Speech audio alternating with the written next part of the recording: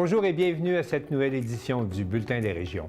Au cours de la prochaine heure, on va vous présenter des reportages qui proviennent de partout au Québec grâce à la collaboration des télévisions communautaires associées à Cogeco. Bonne émission.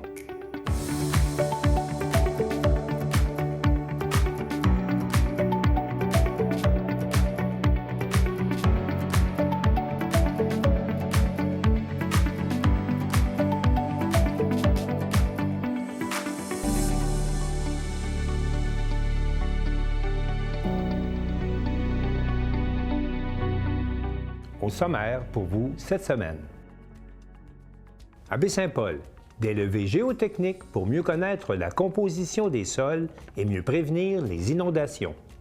À Percé, beaucoup d'émotions à l'occasion du gala Reconnaissance organisé par Tourisme et Commerce Rocher-Percé.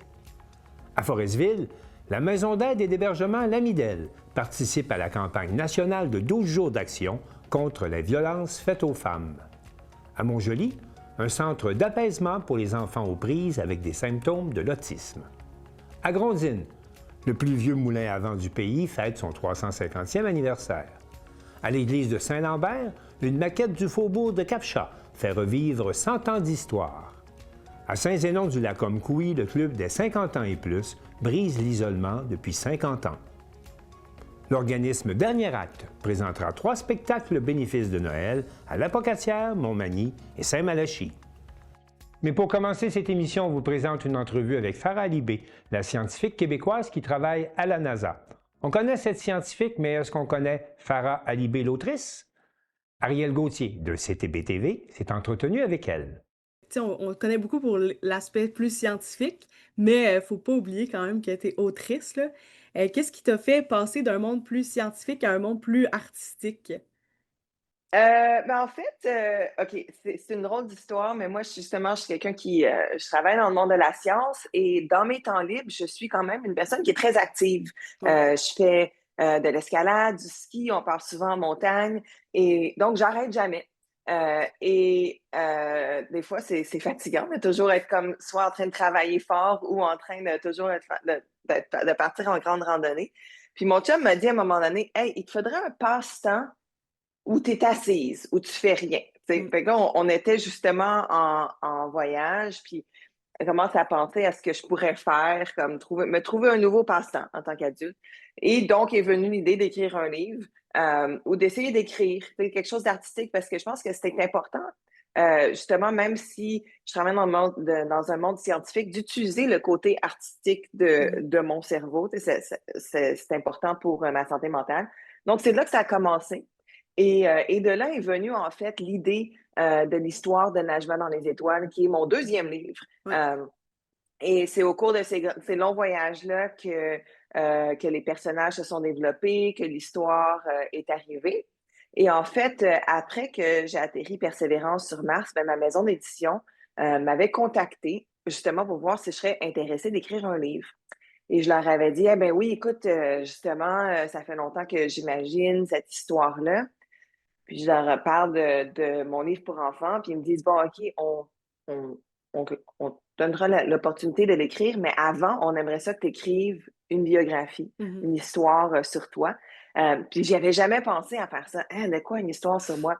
Mais je pense que ce qui m'a donné le goût, c'est que, en fait, quand tu fais une entrevue, quand tu es à la radio, par exemple, ben, l'histoire que tu racontes ou le message que tu passes, c'est vraiment le message de la personne qui fait l'entrevue. C'est eux qui décident de quoi tu vas parler. Et je me souviens, mon éditrice m'avait dit, écoute, en écrivant un livre, c'est toi qui peux choisir quel message tu veux partager avec le monde. Tu peux le faire à ta manière. Donc, c'est ton récit à toi. Puis ça, je pense que ça m'avait beaucoup parlé. Donc, de là est venue mon année martienne et quelques années plus tard, Najma dans les étoiles. Tu parlais de raconter des histoires, tu es quand même très impliquée dans la communauté, que ce soit auprès des jeunes filles là, qui veulent faire de la science, la communauté LGBT+. Qu'est-ce qui te motive là, à faire ça, à s'impliquer autant, là, malgré que tu as un emploi du temps quand même assez chargé? Bien, je pense qu'il y a une chose qui est importante pour moi, c'est de redonner à la communauté, à la société, parce que c'est cette société-là qui m'a donné l'opportunité d'être où je suis aujourd'hui. Moi, je me suis pas retrouvée où est-ce que je suis toute seule. J'ai eu des mentors, j'ai eu des gens qui m'ont ouvert des portes. Mais je dois dire que moi, quand j'étais plus jeune, il me manquait des mentors qui me ressemblaient, des rôles modèles qui me ressemblaient. C'est sûr que, bon, moi, j'ai grandi avec Julie Payette, par exemple. Mhm. C'est une fille de chez nous qui est dans l'espace. J'étais en 6e année. Donc ça m'avait, je me souviens, ça m'avait beaucoup, beaucoup marqué, beaucoup inspiré de voir quelqu'un qui me ressemblait, qui s'est retrouvé me ressemblait, disons, une femme qui parle français, qui s'est retrouvée dans les étoiles. Mais des exemples queer, des exemples racisés, j'en voyais beaucoup moins. Et même encore là, dans ma carrière, j'en ai beaucoup moins. Et donc, pour moi, je me suis dit, wow, moi, ça aurait eu tellement un impact pour moi d'avoir un exemple comme ça. Et j'ai l'opportunité de donner cet impact-là à quelqu'un d'autre.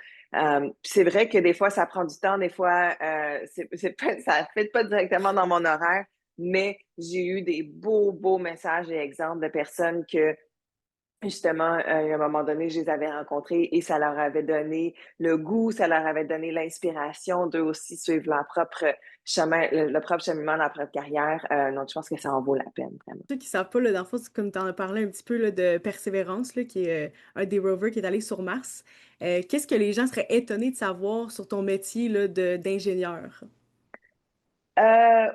Je suis étonnée de savoir, mais c'est sûr que mon métier de jour à jour, Mhm. c'est très différent. On fait des PowerPoint et des Excel comme tout le monde, Ouais. mais je commande pas mon robot avec des PowerPoint. En fait, il y a une chose peut-être que les gens savent moins, c'est comment on fait les opérations d'un robot une fois qu'on atterrit sur Mars. Donc, vous pouvez peut-être vous imaginer ça a l'air de quoi construire un robot de jour à jour, Ouais.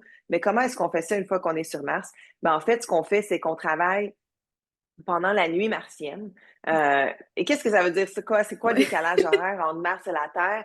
Ben, en fait, c'est très difficile parce que sur Terre, une journée, c'est 24 heures Mhm. et sur Mars, c'est 24 heures et 40 minutes. Donc, moi, si je commence mes opérations à 5 heures du soir sur Mars, ben, il y a une journée ici à Los Angeles que ça va être 5 heures, le lendemain, ça va être 5h40, 6h20, etc., etc. Donc, j'avais un décalage horaire de 40 minutes par jour quand tu fais des opérations sur Mars. Donc, on fait juste ça pour les premiers mois sur Mars. Et en fait, ce qu'on fait, c'est que pendant la nuit, on développe un programme qu'on envoie au robot quand il se réveille le matin parce que le robot fait ses opérations pendant le jour. Il a besoin de voir où est-ce qu'il s'en va. Et donc, on fait ça pendant les premiers mois. Puis après ça, ben, quand la nuit martienne est pendant le jour terrien, on travaille le jour. Sinon, on travaille une journée sur deux parce que c'est vraiment intense d'avoir un décalage horaire. Ouais. Et il y a des jours que je me réveillais genre à 11h, minuit pour aller au Oh. travail. Puis là, le lendemain, mais en fait, c'est correct si c'est à tous les jours, mais là, tu as décalé à Ouais. l'envers, ça devient vraiment beaucoup. Puis, moi, j'ai un ami qui voulait vraiment savoir, est-ce que c'est comme être dans un jeu vidéo, là, de conduire? Non, pas du tout. C'est OK. ça, les gens s'imaginent qu'on a un joystick, genre, puis qu'on Ouais. conduit un robot comme un jeu vidéo. Non, pas du tout, parce qu'en fait, quand on envoie une commande, nous, on envoie nos commandes par onde de radio. Et pour se rendre entre la Terre et Mars, tout dépendant du temps de l'année, ça peut prendre entre 5 et 25 minutes pour se rendre à Mars et un autre 5 et 25 à revenir. Donc, c'est quand même beaucoup. Mhm. C'est quand même très long, donc tu peux t'imaginer si tu as envoyé une commande à la fois, tu envoies la commande, tu attends que ça revienne, c'est vraiment très, très long. Donc, ce qu'on fait à la place, c'est qu'on prépare tout un programme pendant la nuit, puis on envoie tout le programme au robot le matin. Il fait ses activités, il prend des photos, des données, puis il nous renvoie ça le soir. Donc, c'est pas en temps réel. Oui. Puis j'ai une dernière mini question. Et s'il y a quelqu'un Oui. qui nous regarde, là, une jeune fille qui pense vraiment vouloir être astronaute, travailler dans les sciences, est-ce que tu aurais un conseil à lui donner là, qui pourrait l'aider? Ben, quoi que ce, en fait, que ça soit des sciences ou autre chose, si il y a quelqu'un qui écoute puis tu sais que vous avez une passion, ben, je pense que je vous encourage à être curieux et curieuse, à poser des questions, à essayer de en comprendre plus sur ce métier-là, quoi que ce soit, dans le fond. Vous êtes chanceux maintenant en plus, parce que moi, quand j'étais jeune, imagine, il n'y avait pas d'Internet. Fait que pour comprendre quelque chose, il fallait que je parte en vélo j'allais à la bibliothèque de Saint-Charles-Borromée. Je pense qu'elle n'existe plus. Ou peut-être qu'elle a déménagé, pour aller essayer de trouver un livre ou trouver un magazine qui allait me parler de quelque chose qui m'intéressait. Là, maintenant, avec l'Internet au bout des doigts, avec tout ça, il y a toutes sortes de ressources sur tout ce qui peut vous intéresser. Donc, je pense que c'est une belle opportunité de continuer à apprendre et d'apprendre à sa manière. Donc, je pense que c'est ça que je vous encourage à faire. Super, merci énormément.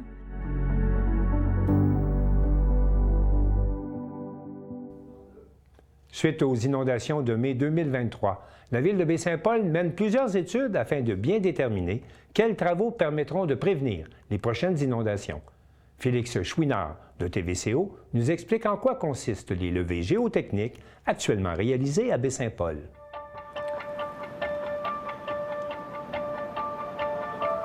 Si vous vous êtes promené au centre-ville de Baie-Saint-Paul au début du mois de novembre, vous avez peut-être aperçu ces équipes de travailleurs munis de chaînes de capteurs et de vestes fluorescentes occuper le bord de la rivière du Gouffre.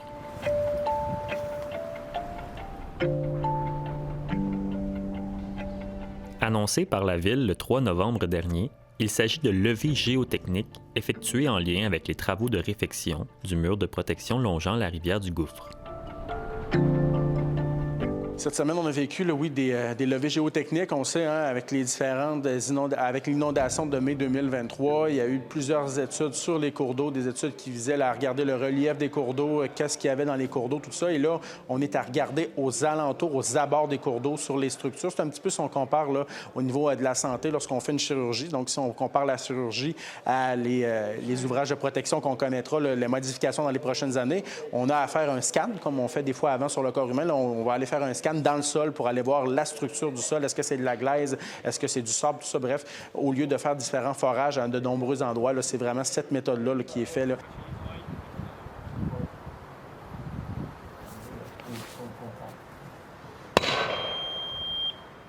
Intrigués par les coups de masse résonnant au sol et la panoplie d'équipements de mesure, nous avons cherché à savoir ce qu'est vraiment un levé géotechnique.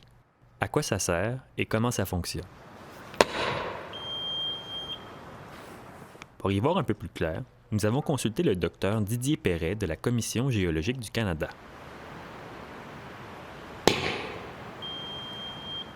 Des levées géotechniques, mais il y a aussi des levées géophysiques, enfin on pourra en parler un peu par la suite. Ça permet de déterminer la nature et certaines propriétés du sous-sol. Et ces propriétés du sous-sol doivent être connues pour faire de la conception de bâtiments, pour faire la conception de murs de soutènement, etc. Sans cette connaissance, en fait, on peut faire des erreurs, et c'est pour ça que c'est très important de faire des levées géotechniques et des levées géophysiques également si nécessaire. Les levées géotechniques commandées et annoncées par la Ville de Baie-Saint-Paul seraient en fait des levées géophysiques, si l'on en croit le docteur Perret. En fait, il y a c'est peut-être une subtilité d'expert là, mais disons que les levées géotechniques consistent généralement sur le terrain à faire des trous, à faire des forages, à faire des essais qui consistent par exemple à enfoncer une pointe instrumentée dans le sous-sol qui permet de déterminer la résistance des sédiments du sous-sol. Les échantillons donc prélevés en forage permettent donc de déterminer la nature du sous-sol et de faire des essais spécialisés en laboratoire. Maintenant, les essais géophysiques ou les levées géophysiques, généralement, consistent à faire des mesures non destructives. C'est-à-dire que là, on se place à la surface du sol, sans faire de trous. Et ça donne des informations différentes, mais complémentaires de ce qu'on peut obtenir par des investigations géotechniques. Et d'après ce que je comprends, c'est ce qui s'est fait principalement là, ces derniers temps à Baie-Saint-Paul, le long de la rivière du Gouffre.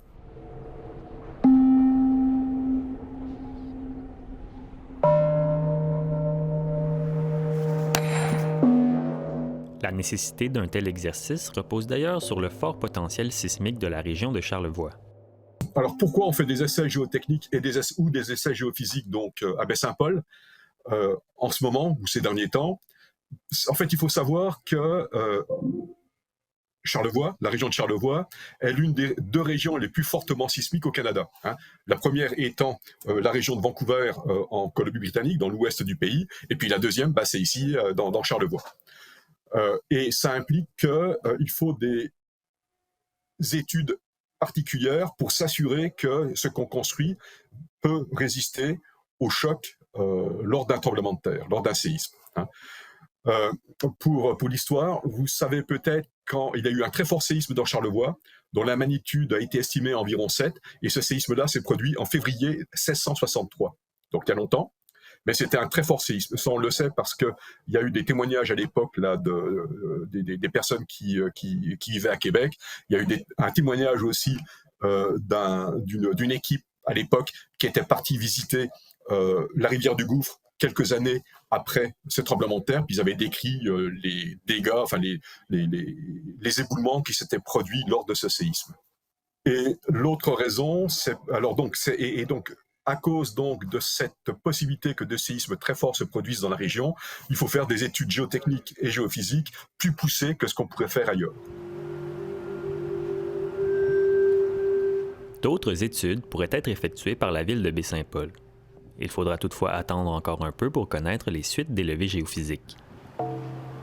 La ville a rejeté les soumissions obtenues dans le cadre de son appel d'offres. L'administration municipale a jugé les soumissions trop coûteuses.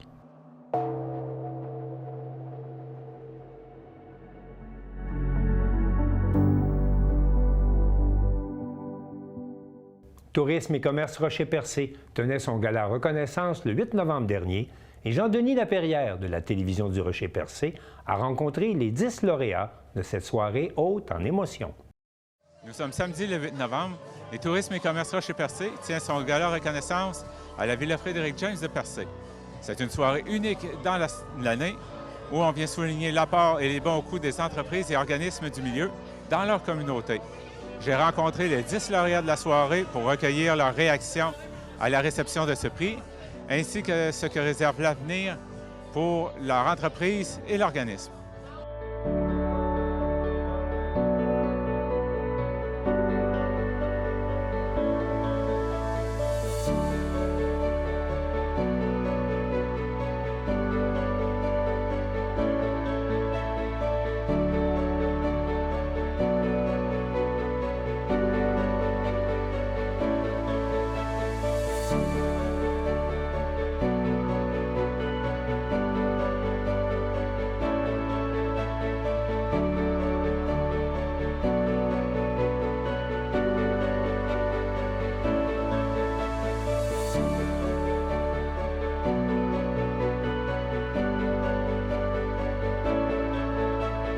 Bonsoir, moi c'est Patrick Jones de Studio Jones à Port-Daniel, propriétaire et copropriétaire, parce que maintenant Jérémy Jones, le fils de Patrick, en réalité, la relève depuis 2021.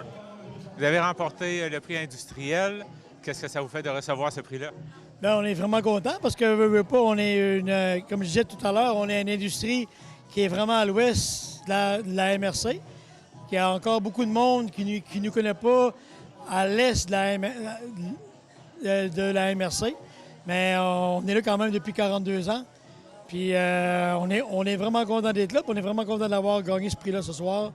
Parce que, tu sais, dans la MRC du Rocher-Percé, les industriels, on travaille tout fort, puis on sait c'est quoi. Ça fait que le fait que c'est nous qui a été choisi, on est vraiment content de ça. Qu'est-ce qui attend l'entreprise pour les prochaines années? Bien, déjà là, depuis 2021, on a commencé le transfert d'entreprise en relève, père-fils, c'est déjà bon. Puis on veut continuer d'élargir notre champ d'action, avoir de la nouvelle machinerie, puis des nouveaux employés. On a justement engagé 3 nouvelles personnes, puis on a un nouvel atelier mobile depuis très dernièrement. Fait que ça va très bien. Mona Cahill. Je suis la gestionnaire des bateliers depuis 34 ans. Vous avez remporté le prix, elles sont encore là. Qu'est-ce que ça vous fait de recevoir ce prix-là? Bien, écoute, c'est une belle fierté, là, 52 ans que l'entreprise existe depuis 1973, qu'elle a été enregistrée au registre des entreprises et depuis ce temps-là, on est encore là, c'est le cas de le dire. Et on est là avec des gens d'affaires qui ont cru en notre région et qui ont permis à ce qu'on prenne de l'expansion à chaque année avec nos navires pour des croisières vers le parc de l'île Bonaventure et du Rocher-Percé. Qu'est-ce qui attend l'entreprise pour la prochaine année? Bien, toujours un défi de personnel. On va travailler fort là-dessus. On a fait la modernisation d'un dernier navire qui est devenu un navire à passagers de 175 passagers au cours de la dernière saison. Et on travaille fort pour conserver des navires en bon état de marche, de fonction et avoir du personnel qui est toujours là pour nous épauler pour les années à venir. La relève s'est installée maintenant, fait que ça nous donne un bon coup pour pouvoir avoir une bonne vague pour poursuivre la continuation de ce genre d'entreprise. Jessica King pour le restaurant La Maison Mathilde. Vous avez gagné le prix Bonheur au boulot. Comment vous recevez ce prix-là? Je suis vraiment touchée parce que c'est un prix qui est vraiment... qui représente beaucoup pour moi. Ça représente... en fait, c'est ce que je fais depuis 30 ans, puis ça vient... comment je pourrais dire... je travaille fort pour ça, pour que mes employés sont heureux au travail. J'aime ce que je fais. Alors, ça vient tout simplement confirmer que finalement, j'ai réussi un peu ce que je voulais faire. Après 30 ans, pourquoi je suis encore là, pourquoi je me lève le matin avec le sourire puis contente de retourner au travail. Alors, ça vient confirmer tout ça, que j'ai une équipe en or. C'est grâce à eux si je suis là aussi. Alors non, ça me touche vraiment beaucoup, ce prix. Qu'est-ce qui attend le restaurant Maison Mathilde pour la prochaine année? Prochaine année, écoutez, toujours la même chose dans le sens qu'on aime se renouveler, apporter des nouveautés, attendre à la prochaine saison. On a eu une saison exceptionnelle cette année, une saison record. Alors, on espère que la prochaine saison sera aussi belle que la précédente. Et c'est ça, c'est d'apporter des nouveautés, de recevoir notre clientèle, fidèle clientèle. Et d'année à l'autre, c'est la même chose. Toujours un plaisir de revenir à chaque saison. Pour voir l'entièreté du reportage, rendez-vous sur le site web de la Télé du Rocher-Percé.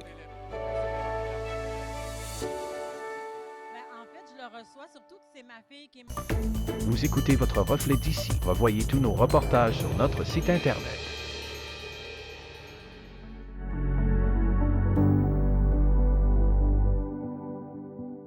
Partout au Québec, du 25 novembre au 6 décembre, c'est la 15e édition des 12 jours d'action contre la violence faite aux femmes. Et à Forestville, c'est autour de la maison d'aide et d'hébergement L'Amidel que sont organisées les différentes activités. Joanie Godreau, de la Télévision du Littoral. La maison d'hébergement L'Amidel de Forestville s'implique pour les 12 jours d'action contre les violences faites aux femmes, une campagne annuelle visant à sensibiliser la population et à prévenir la violence conjugale. Du 25 novembre au 6 décembre, des activités sont prévues dans la région. L'opération nationale concertée en matière de prévention de la violence entre partenaires intimes sera de retour le 26 novembre en collaboration avec la Sûreté du Québec. Nancy Parisé, intervenante en prévention et sensibilisation à la Maison L'Amidel, précise les autres actions.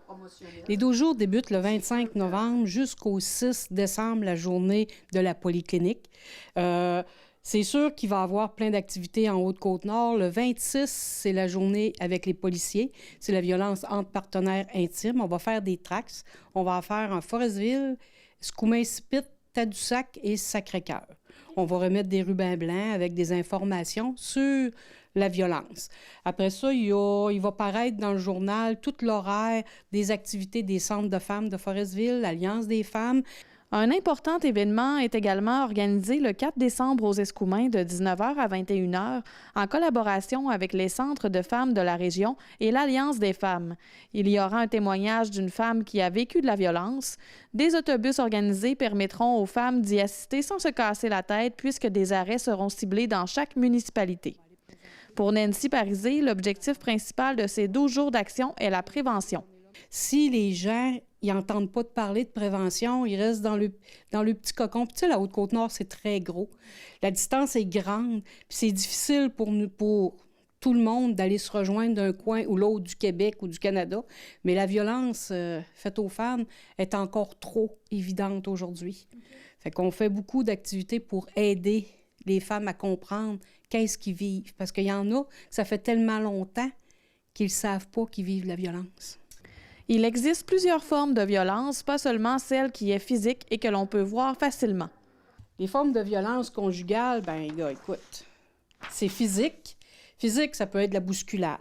Ça peut être des coups, des blessures, de la strangulation. Tu as la violence psychologique, qui peut être l'intimidation. Ça peut être l'humiliation, le harcèlement. C'est toute la violence psychologique, verbale, insultes, menaces. Tu as la violence sexuelle. Viol, comportement brutal pendant l'acte sexuel. Des fois, c'est niaiseux, mais ça ne veut pas dire que ça tente toujours à la femme. Fait que c'est considéré comme une violence économique. Priver l'autre des revenus, interdire de travailler, contrôler tout le revenu familial. Puis on en voit tellement, Joanie, c'est épouvantable. Il y a beaucoup, beaucoup de violence encore dans nos milieux. La Maison Lamidelle accueille quotidiennement des femmes victimes de violences avec ou sans enfants, tout en offrant des services externes accessibles 24 heures sur 24. Selon Mme Parisé, les services externes sont méconnus de la population. Il n'est pas obligatoire d'être hébergé à la maison pour y obtenir des services. La maison offre un soutien global et confidentiel en accompagnant les femmes dans toutes les démarches nécessaires, que ce soit avec les avocats, la DPJ ou les travailleurs sociaux. Nous autres, on va épauler les femmes, on va les accompagner dans toutes les sphères. S'ils ont besoin d'un avocat, s'ils ont des problèmes à DPJ, même sans avoir de problème, tu as besoin de soutien de la DPJ, est là pour travailler avec nous autres.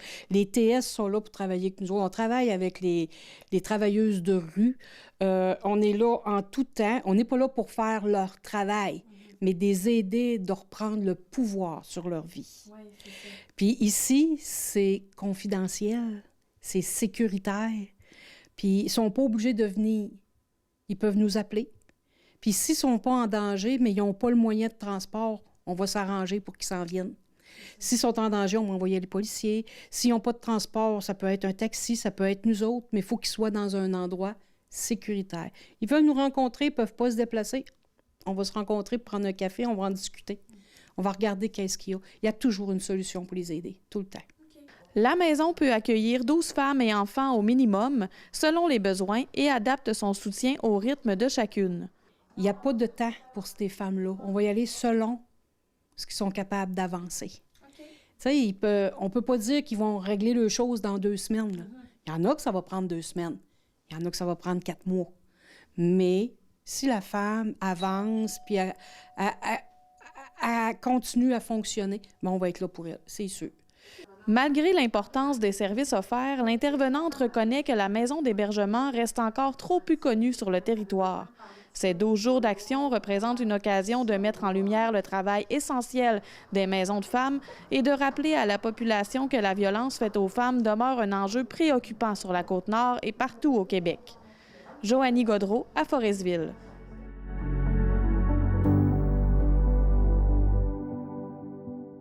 Un centre d'apaisement pour les enfants souffrant de troubles du spectre de l'autisme vient d'être inauguré à Montjoly, plus précisément au Centre de santé et de services sociaux du Bas-Saint-Laurent. Marc Després, de la Télévision de la Métis, nous informe que cela a été rendu possible grâce au fonds Ariane, qui a été créé par Nicolas Lepage en souvenir de sa femme décédée accidentellement. Alors, vous êtes l'un des fondateurs du fonds Ariane. Peut-être pour les gens à la maison, qu'est-ce que le fonds Ariane? Le fonds Ariane, dans le fond, ça a pris naissance suite au décès là, de ma conjointe là, en 2023, là, suite à un accident de la route là, sur l'autoroute 20. Ariane a travaillé dans les locaux ici là, à Montjoly pour le CRDI, puis avec la clientèle là, DI puis TSA.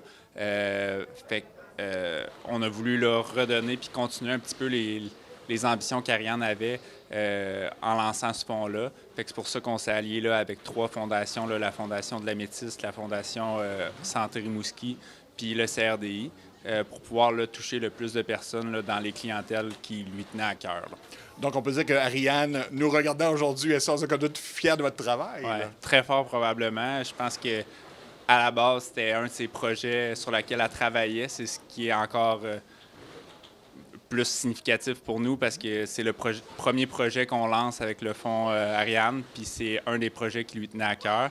Il y a un petit peu d'elle là-dedans, puis nous, on a juste continué son travail là, en permettant la réalisation de ce projet-là. Et c'est quoi l'objectif global du fonds Ariane à ce moment-là? En fait, c'est de redonner à la clientèle là, qui lui tenait à cœur, puis de pouvoir faire une différence là, dans la vie de ces gens-là, en leur permettant d'avoir des installations ou des objets techniques qui permettent là, de leur offrir les meilleurs soins possibles.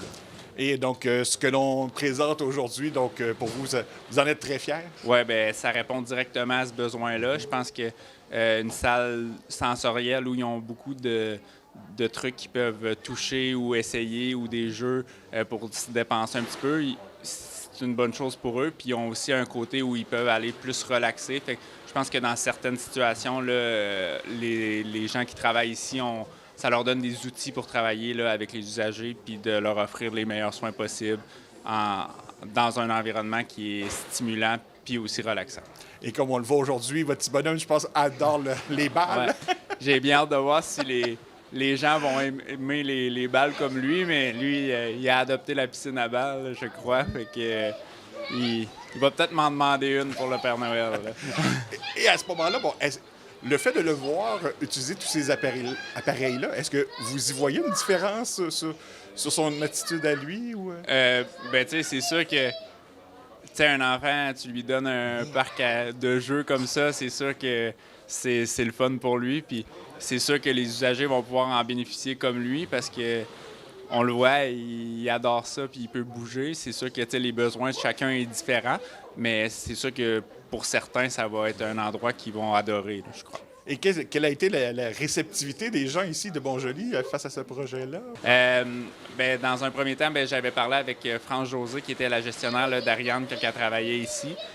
Puis je lui avais signifié mon désir qu'elle poursuive ce projet-là en mémoire d'Ariane. Puis l'équipe a répondu présent à ce projet-là. Ils ont complété le travail à merveille. Ils ont mis tout ça ensemble, puis on obtient un projet aujourd'hui qui répond aux attentes, non seulement des employés, je crois, mais aussi aux attentes là, des usagers ici. Là. Et on sait que la campagne de financement, on est en campagne de financement pour la Fondation Santé Métis. Qu'est-ce que vous dites? Je pense que c'est un exemple parfait de l'importance d'une telle fondation. Exact. Bien, je pense que chaque personne peut faire une différence dans la communauté. Puis, tu sais, parfois, c'est pas nécessairement des énormes dons ou quoi que ce soit. C'est juste de s'impliquer puis de trouver une façon de pouvoir redonner au suivant. Puis, on sait jamais quand est-ce que nous, on va en avoir besoin de ces services-là. Fait que je pense que c'est important de s'impliquer puis de redonner à notre communauté. Donc, on invite et incite fortement donc les gens à donner? Définitivement.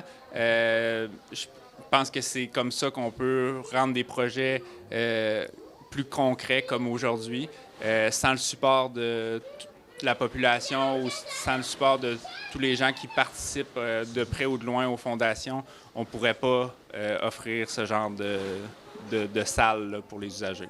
Donc, c'est le premier projet aujourd'hui d'une longue série? Ou... On l'espère. Bien, je pense que, tu sais, dans un premier temps, j'étais aux études dans l'année dernière, fait que je pouvais pas promouvoir le fonds comme je l'aurais voulu. Mais je pense que dans les prochains temps, le but, c'est qu'on en parle, puis qu'on puisse faire des petits avec ce projet-là dans notre communauté, que ce soit à Rimouski ou à Montjoly, puis qu'on puisse là, contribuer là, au bien-être là, de ces usagers-là. Et comment on peut faire à ce moment-là pour vous suivre, le fonds Ariane? Est-ce que vous êtes sur les médias sociaux? Ben, en fait, c'est par le biais là, de la Fondation Santé Rimouski puis la Fondation Santé de la Métis. Dans le fond, on est une branche de ces fondations-là qui ont nommé un fonds là, au nom d'Ariane qui est attribué là, pour une clientèle particulière. Là. Fait que on peut soit se rendre là, sur le site d'une de ces deux fondations-là pour avoir accès là, pour faire un don au fonds Ariane. Avec, il y a des explications là, au niveau du site Internet. Donc, on peut souhaiter longue vie au fonds Ariane.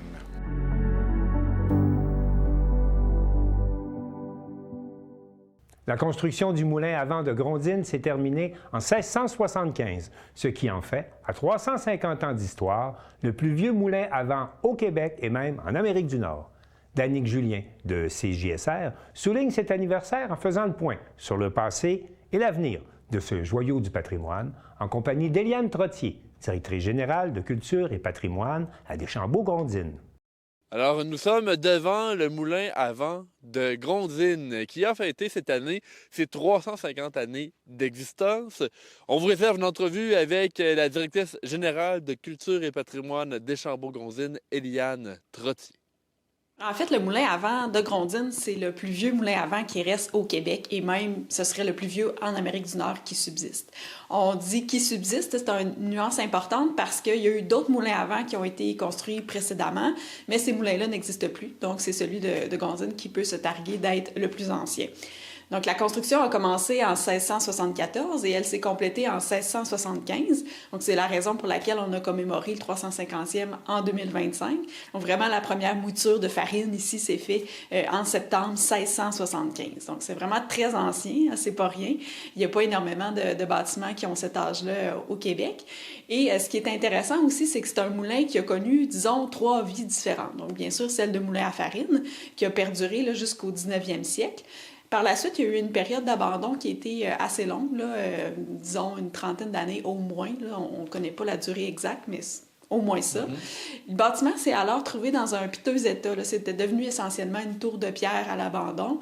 Et ce qui l'a sauvé, en fait, c'est un heureux hasard. C'est qu'au début du 20e siècle, le gouvernement fédéral cherchait à développer un réseau de communication le long du Saint-Laurent pour améliorer la sécurité en lien avec la navigation sur le fleuve. Donc, c'est dans ce contexte-là qu'en 1912, le gouvernement fédéral a acheté ce qui restait de la tour de pierre pour la réaménager et en faire une station de signaux maritimes. Donc ça, c'est un usage qui a perduré jusqu'en 1967. Après ça, le gouvernement a fermé ces stations-là puisque les technologies avaient évolué et puis c'était une façon de faire qui correspondait moins aux besoins de l'époque. Et la troisième vie, qui est davantage de mise en valeur culturelle, elle a débuté dans les années 70, donc après justement la fermeture de la station. Le premier élément que j'associerais à cette période-là, c'est le projet de fouilles archéologiques qui a eu lieu ici aux alentours sur le site du premier village de Grondines. Donc, ça s'est déroulé en 72 et 73. Et les jeunes qui faisaient ce projet-là ont utilisé le moulin un peu comme quartier général. Donc, ici, il y avait, par exemple, de la recherche en archives qui se faisait. On documentait les artefacts qui étaient trouvés dans le sol. Puis, c'est après ce projet-là, dans le fond, que la municipalité de Grondines a acheté le bâtiment et éventuellement, c'est devenu un lieu d'interprétation comme ce l'est toujours aujourd'hui. Et il y a un documentaire dans le cadre du 350e point d'ancrage qui a été fait. Il est maintenant disponible pour écoute libre sur les réseaux. Justement, on en parle beaucoup de cette fouille archéologique-là. Parlez-moi, pourquoi avoir élaboré ce documentaire-là d'environ une vingtaine de minutes? Oui, mais en fait, parmi les histoires du moulin, les éléments qui concernaient la période de fouille, c'est ceux sur lesquels on avait moins d'informations. Et puis, dans l'objectif de souligner la contribution de cette période-là, dans la connaissance de l'histoire de Grondines, mais aussi particulièrement du premier village, on a retracé des gens qui ont participé à ce projet-là. Donc, au début, c'était vraiment une démarche là, de récolte d'informations, de témoignages. Ça s'est avéré très riche, en fait, ces rencontres-là. C'est vraiment des personnes hyper intéressantes là, qu'on a eu la chance de rencontrer à ce moment-là. Puis, le projet de court-métrage a émergé aussi dans la perspective où on souhaite renouveler l'exposition permanente qui est présentée ici. Donc, on trouvait que c'était une façon intéressante de valoriser cette période plus récente-là en présentant des témoignages. Et puis là, on a beaucoup de matériel. Donc, dans le cadre des festivités du 350e, on a voulu développer un court-métrage à partir de ça pour faire connaître ce projet-là des années 70 qui était assez inusité. Donc, c'est ce qu'on découvre dans le court-métrage. Un projet qui était bien ficelé, qui avait super bonne réputation là, dans le cadre du programme Perspective Jeunesse, qui était un programme fédéral là, pour soutenir des initiatives de jeunes un peu partout dans le pays. Et puis, ça a été un projet qui a fait des petits, puisque, comme je l'ai mentionné, après ça, la municipalité a acheté le moulin. Il y a eu un musée qui a été fait à Grondines pendant une certaine période de temps où on présentait, entre autres, le travail archéologique. Qu'est-ce qui a été trouvé, en gros, là? Je vous demande pas de réciter tout le documentaire, mais qu'est-ce qu'on a trouvé ici sur le site? Oui, en fait, ce qui était fouillé, c'était le site de la première église, une maison aussi, et le site du premier presbytère. Donc, il y a beaucoup d'objets du quotidien qui ont été trouvés. Là, c'est sûr qu'il y a beaucoup de pièces de poterie, par exemple, qui avaient été identifiées. Puis même les gens, c'est ce qu'ils racontent dans le film, entre autres, c'était super valorisant pour eux de refaire le puzzle, d'identifier des pièces, puis de pouvoir refaire un bol. Il pouvait y avoir des clés, de la vaisselle, vaisselle en général, ce genre de choses. Puis, un autre volet qui est intéressant, en plus des fouilles elles-mêmes, c'est la quête ethnologique et archivistique au sein du village qui a été faite. Donc, nous, Culture et patrimoine des Chambauds-Grondines, on ne détient pas nécessairement ces archives-là, mais ça a permis une recension parce que ce qu'ils ont fait concrètement, les jeunes, c'est qu'ils ont fait un appel à tous.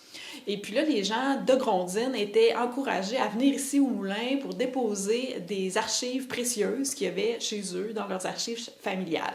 Donc, à titre d'exemple, là, il y avait quelqu'un chez lui qui avait, ou chez elle, je ne le sais pas, qui avait une lettre de Vaudreuil. C'était quand même pas rien. Donc, cette lettre-là, nous, on ne l'a pas parce que l'entente, c'était que les gens venaient montrer ça, on documentait, puis les gens repartaient avec leurs archives à eux après. Contrairement aux artefacts qui, eux, ont généré une collection qui est très importante. Et puis, à l'époque, les jeunes, ils recensaient là, les éléments qui étaient trouvés. Ils faisaient des fiches, par exemple, mais il n'y avait pas eu d'analyse globale là, de cette collection. Quel est son sens de façon générale? Quelles conclusions on peut en tirer sur l'occupation du territoire ici à Grondines? Donc, pour le court-métrage, on a ajouté aussi des interventions avec un archéologue à qui on avait confié ce mandat-là d'analyse globale de la collection. Alors, Culture et patrimoine de Chambauds-Grondines, il y a plusieurs sites historiques sous votre chapeau, j'ai envie de dire. J'aimerais qu'on revienne rapidement aux festivités du 31 août, les commémorations. Pouvez-vous nous parler un peu là, de la réception globale là, de l'événement? Oui. En fait, ce qu'on a imaginé, là, c'était un projet qui s'adressait d'abord et avant tout à la communauté immédiate de Grondines. Parce qu'on sait qu'ici, à Grondines, les gens sont super attachés envers le bâtiment. Donc, le moulin, là, vraiment, il est très apprécié dans le quotidien des gens. Tout le monde vient le prendre en photo, même si on le côtoie depuis maintenant 350 ans. Donc, le public cible de notre fête, c'était vraiment les gens de Grondines. Donc, il y avait des activités plus familiales. Il y avait une conférence archéologique, justement, pour parler du résultat des fouilles. On a présenté le court-métrage. Il y avait aussi la course du moulin ce jour-là. Donc, c'est un événement qui existe depuis un certain temps et dans l'objectif là, de maximiser nos efforts communs. Et puis, la course met en valeur le moulin à sa façon. On a combiné un peu une programmation, donc la course le matin, puis les activités à caractère culturel, plus en après-midi et en soirée. Il y a eu beaucoup d'engouement. On était vraiment agréablement surpris là, de la réponse. Il y a plusieurs activités, là, comme il y avait un souper communautaire, par exemple, où c'était complet assez rapidement. Donc, les gens ont beaucoup apprécié la proposition, du moins c'est ce qu'on nous a dit. Et on voit des retombées aussi. Là. Déjà, le court-métrage, il y a beaucoup de visionnements, malgré que ce soit très récent qu'on l'ait mis en ligne. Il y a de nouveaux fonds d'archives qui ont été créés au Centre d'archives régional de Portneuf après l'événement parce que les gens ont été sensibilisés à ça dans le cadre des festivités. Il y a aussi, par exemple, une des archéologues qui a travaillé sur l'analyse de la collection. Elle enseigne à l'université. Donc, il y a des étudiants qui font un projet de recherche dans le cadre de leurs études en archéologie sur la collection de Grondines. Donc, il y a aussi des retombées là, à la suite du projet qui sont tout à fait intéressantes. Alors, pour terminer l'entrevue, Eliane Trottier, directrice générale de Culture et patrimoine de Chambauds-Grondines, on pourrait peut-être inviter là, la population à venir consommer ce documentaire-là. Oui, dans le fond, le documentaire il est disponible sur YouTube, mais vous pouvez le retracer par le biais de notre site web, culture-et-patrimoine-dg.com. Donc, c'est gratuit, bien entendu. Ça dure une vingtaine de minutes. Et puis, bien sûr, on encourage les gens à venir sur place au moulin pour le découvrir. L'été prochain, on va présenter une nouvelle exposition à l'intérieur. Puis, on est ouvert de juin à mi-août, fin août, selon les années. Et c'est toujours gratuit de visiter le moulin de Grondines. Eliane Trottier, merci beaucoup. Ça fait plaisir.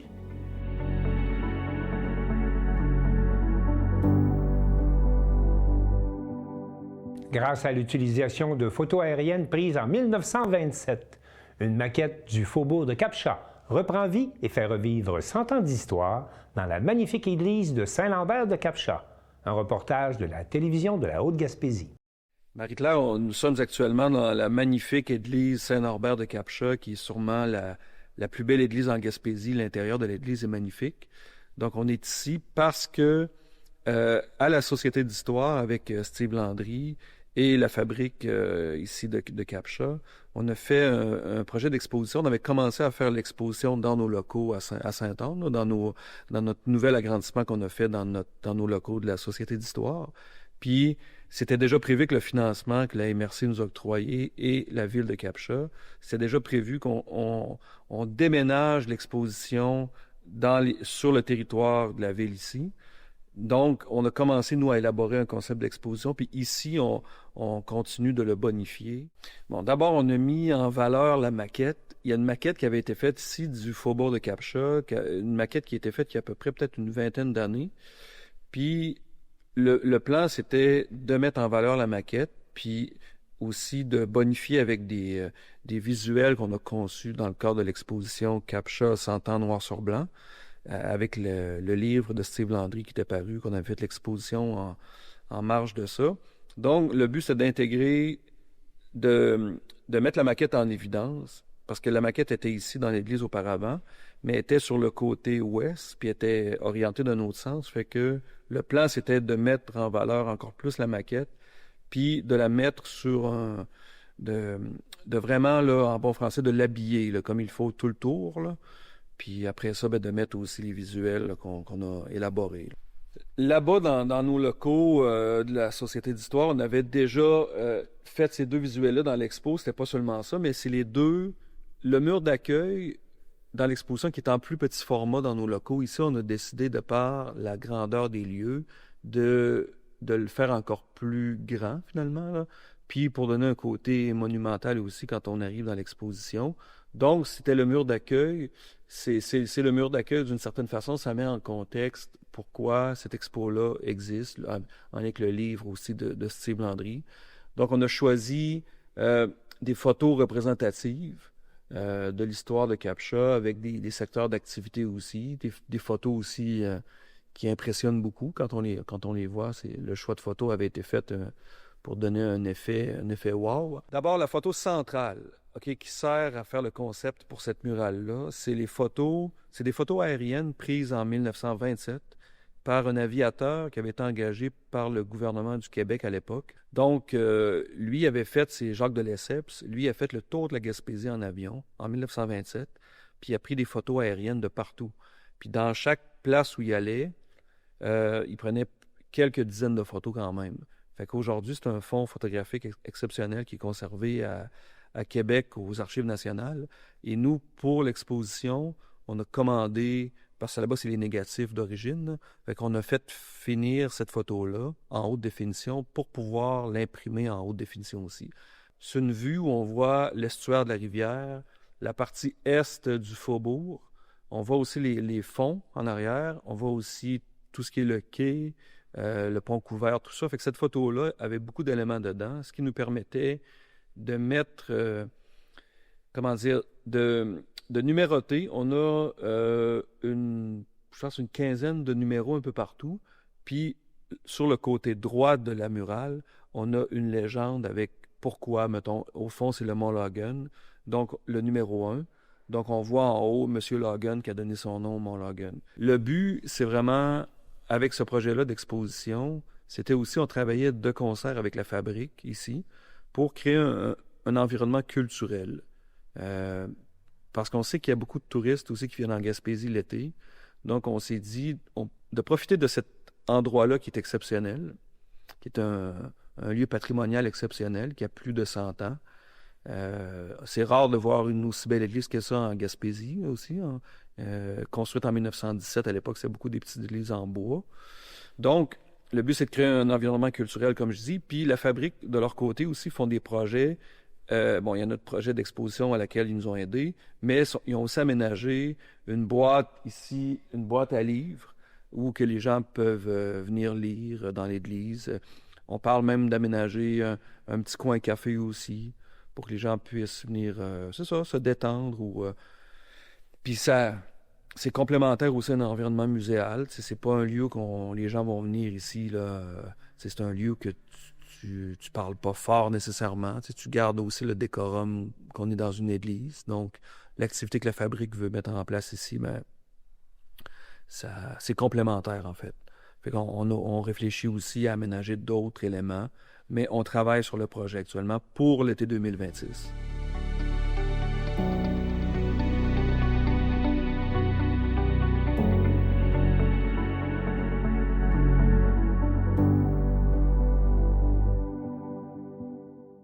Carl Blanchette de la télévision de la Matapédia était à Saint-Zénon-du-Lac-Omequy pour le 50e anniversaire du Club des 50 ans et plus.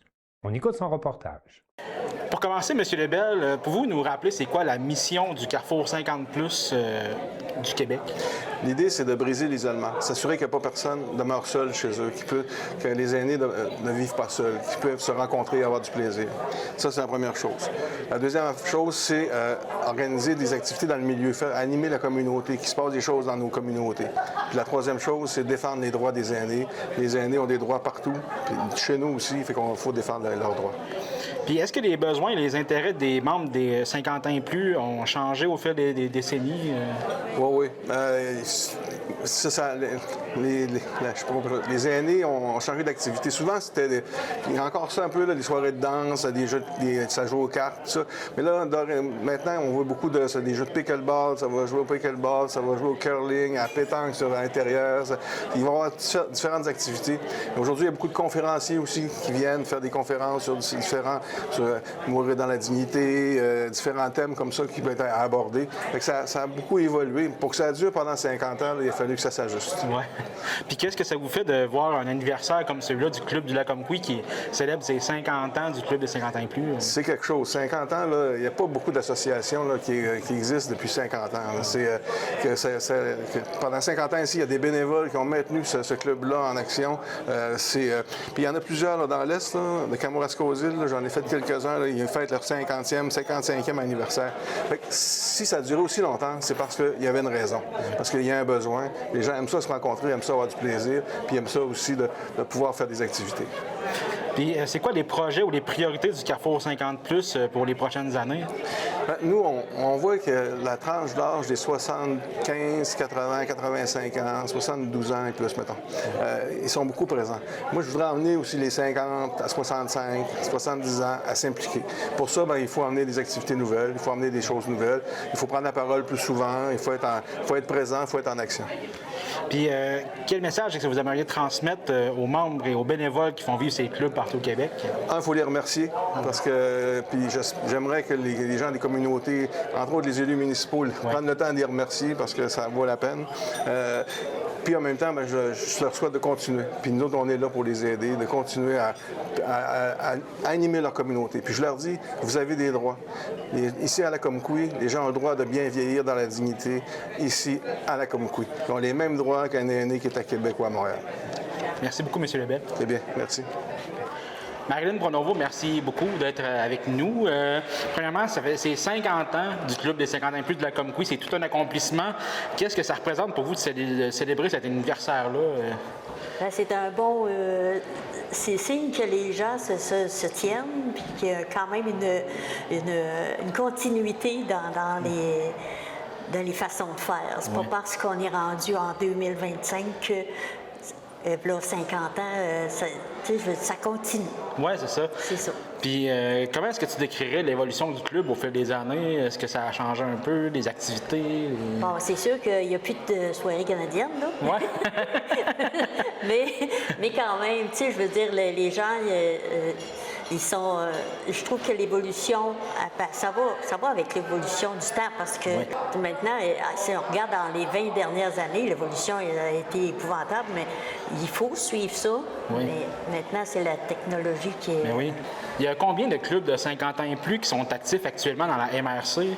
On en a 11, c'est-à-dire, si on part de là-bas, c'est Saint-Moïse, Sébec, Valbriand, il y a Amkoui, il y a Lac-Omequy, Saint-Léon,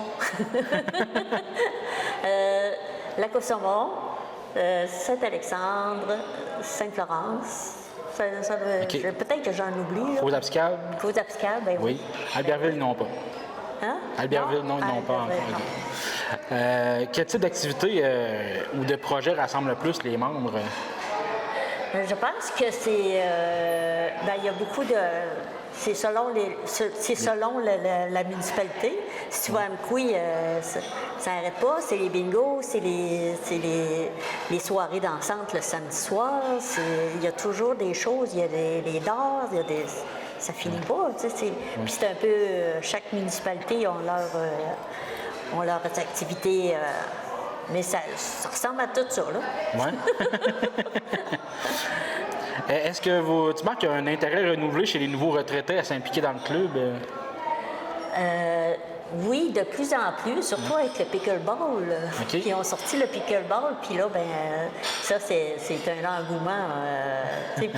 C'est actif, c'est comme tu dis, là, les jeunes retraités sont plus actifs, donc ça leur prend des activités plus selon leurs habitudes, c'est ça. Au-delà des activités, quel rôle jouent ces clubs dans le bien-être et la socialisation des aînés?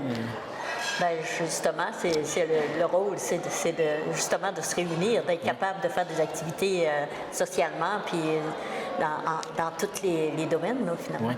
Il faut briser l'isolement. Exact. Il faut sortir de... On est habitué de travailler, on voit du monde. Quand tu arrêtes de travailler, t'es tout seul. Là, justement, en incorporant des clubs comme ça, au moins... l'activité sociale continue. Oui.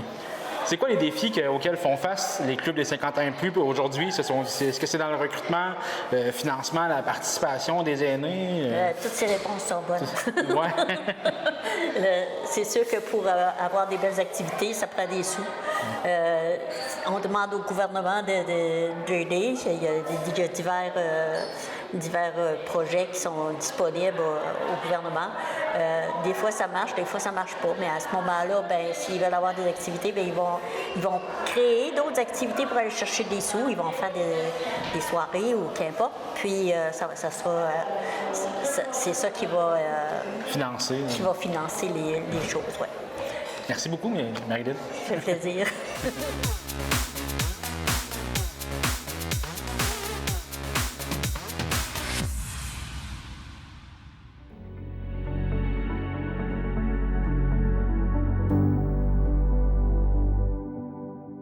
L'organisme Dernier Acte de Montmagny, qui utilise les arts de la scène pour faire la promotion et de la prévention dans les écoles, présentera 3 spectacles bénéfices de Noël à Montmagny, à la Pocatière et à Saint-Malachie, afin de rénover ces installations, nous rapporte Mario Lacombe de CEMA TV. Ce lundi, les responsables de Mission Dernier Acte, ayant leurs locaux sur la rue Saint-Jean-Baptiste à Montmagny, nous dévoilaient la présentation de 3 spectacles de Noël, soit à la Pocatière, Montmagny et Saint-Malachie, dont les profits iront principalement à la rénovation de leurs locaux. M. Daniel Julien, fondateur et directeur artistique de Théâtre Dernier Acte. Alors, Mission Dernier Acte, c'est un organisme à but non lucratif qui se concentre sur le travail social et les arts de la scène. Non seulement l'enseignement des arts de la scène, mais utiliser les arts de la scène pour faire de la prévention drogue, prévention suicide dans les écoles, visiter les prisons, les personnes âgées avec du contenu pour les aider dans les problématiques qu'ils ont. Je forme des travailleurs de rue aussi. C'est un endroit pour venir voir des spectacles, des créations qu'on peut exporter aussi dans des festivals avec des thèmes qui touchent justement le côté social, là, comme je dis, la pauvreté, la dépression, tout ça.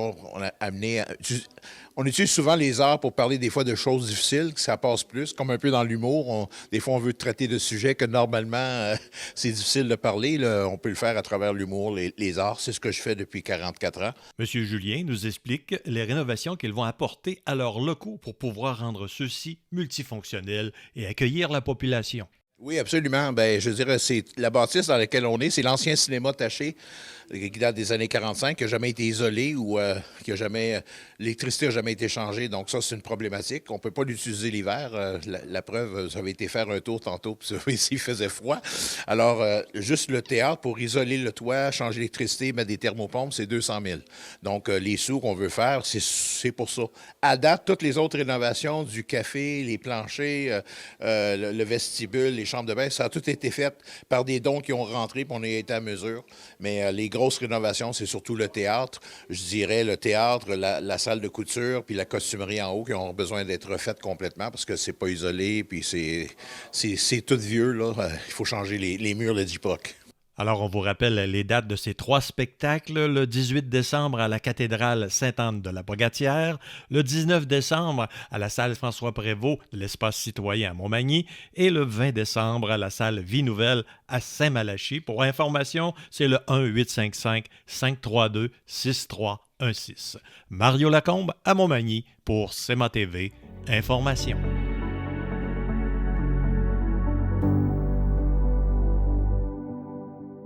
C'est tout pour le bulletin des régions cette semaine. J'espère que cette émission vous a plu. Je remercie toutes les stations de télévision participantes et je vous dis à bientôt.